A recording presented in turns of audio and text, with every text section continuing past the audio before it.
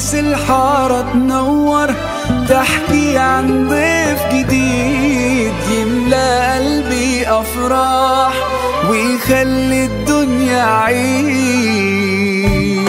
Adik-adik atlet PPLP dan ikut makan sahur bersama.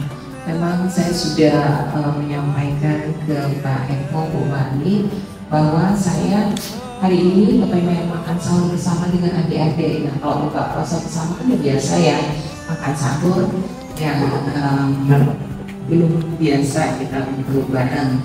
Nah, jadi tidak banyak yang saya sampaikan. Yang jelas selamat menunaikan ibadah puasa untuk adik-adik semua yang berpuasa.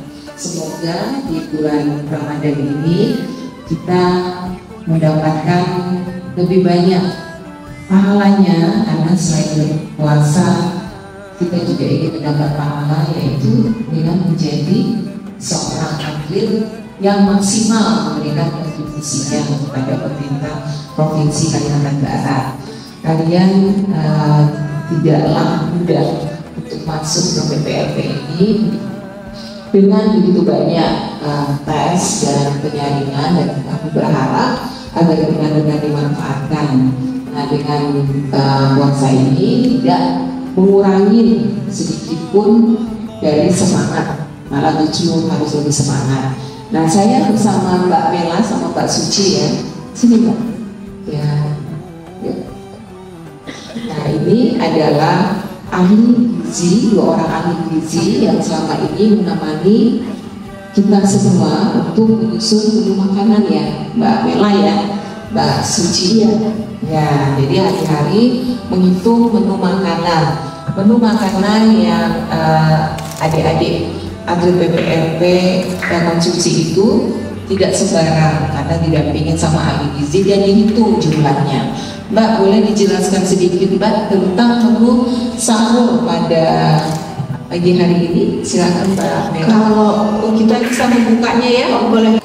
Pagi hari ini saya berada di asrama PPLP, asrama atlet pelajar, yang mana kita akan makan sahur bersama, dan tentunya kita akan menghitung dulu jumlah kandungan gizi ya.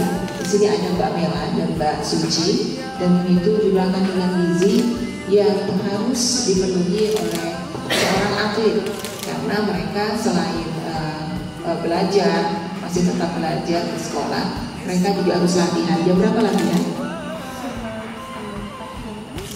Jam 3:30 sampai jam 4 kurang setiap hari.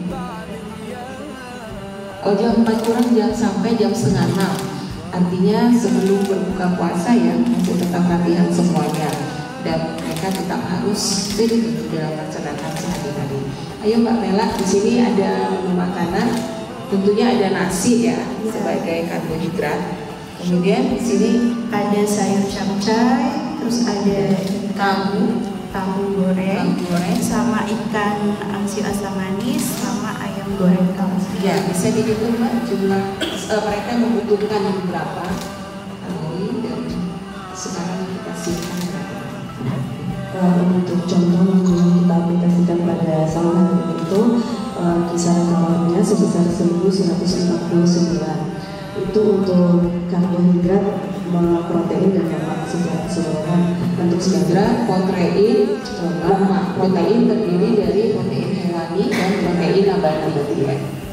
Nah, untuk nasi sendiri itu kalau untuk para atlet ya biasanya kurang lebih 250 gram untuk sekali makan, dengan besaran kalori sekitar 325 kilokalori. Lalu di menu kita ada ayam bajang, itu kisaran beratnya untuk sekali makan kurang lebih 100 gram dengan besaran kalorinya 332 kilokalori. Lalu ada ikan ansio, di sini kita menggunakan ikan tenggiri. Terus untuk satu potongnya itu kisaran beratnya sekitar 75 gram sekali makan dengan kalorinya 84,1 kilokalori. Lalu ada tahu goreng, untuk beratnya sekitar 50 gram untuk sekali makan dengan kalorinya 103 kilokalori. Lalu di sayurnya ada sayur capcay, Biasanya ini untuk sayur itu agak lebih banyak yang konsumsinya sekitar 100 gram untuk sekali makan. Nah, kalorinya itu sekitar 104 kilokalori. Lalu tidak lupa ada buah. Di sini kita sajikan pisang Ambon. Nah, pisang Ambon ini beratnya sekitar 75 gram untuk satu buah dengan kalorinya itu 69 kilokalori.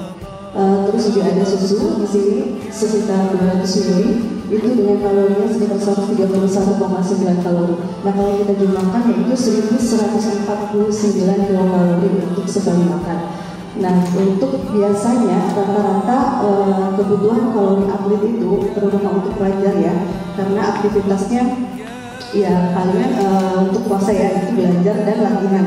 Nah, itu sekitar 2.500 sampai dengan 3.000 kilokalori per harinya untuk satu hari ya. Jadi ini untuk sahur 1.149. Nanti untuk mungkin ada berbuka dan makan malam. Nah, itu kalau kita jumlahin kalorinya sekitar 2.600 kilokalori per hari. Untuk mungkin penyampaian untuk menu kalori menu saat ini sedikit dulu. Iya, mereka ini kan agar tidak dehidrasi selama berpuasa dan juga olahraga. Mereka memerlukan berapa gelas minum air putih? Nah, untuk menghindari dehidrasi saat berpuasa itu dianjurkan untuk mengkonsumsi air sebanyak minimal 2 liter atau setara dengan 18 gelas per hari. Nah, artinya dihitung berapa kali buka puasa, berapa kali sahur, dan berapa kali makan malamnya. Nah, biasanya kalau memang mau dibagi ya, maksudnya tercukupi cairan kebutuhan cairan kita itu bisa 2 gelas saat sahur 2 gelas ini. Jadi artinya harus ditambah ya nanti ya. Minggu ini harus nambah minum lagi 1 gelas. Nah, kemudian 2 gelasnya saat berbuka dan 4 gelasnya itu di antara waktu berbuka sampai dengan sahur. Ya. Jadi adik-adik itu tadi setelah dijelaskan oleh Mbak Mela ya, Mbak Mela bahwa sahur harus minum 2 gelas, kemudian nanti berbuka 2 gelas, kemudian diantaranya harus minum 4 gelas, 8 gelas per hari. Itu mencukupi asupan cairan yang ada di tubuh kalian untuk menghindari dehidrasi. Nah, jadi jangan males untuk minum air putih karena air putih ini sangat bagus untuk menghindari dehidrasi. Nah, adik-adik kita sudah pukul 3 ya, 3:03. Bu Mati, kita mulai saja untuk makan sahur bersama karena selanjutnya mereka akan melanjutkan aktivitas seperti biasa. Wassalamualaikum warahmatullahi wabarakatuh. أهلا رمضان رمضان جانا أهلا رمضان قولوا معانا. Jadi subuh hari ini kita makan sahur bersama adik-adik atlet pelajar. Saya ditemani oleh di Bismarakat, kita hadir sini sudah menurut untuk makan sahur kita yang baru pertama makan sahur dan hadir sahur bersama ada Pak Jarod di sebelah sana dengan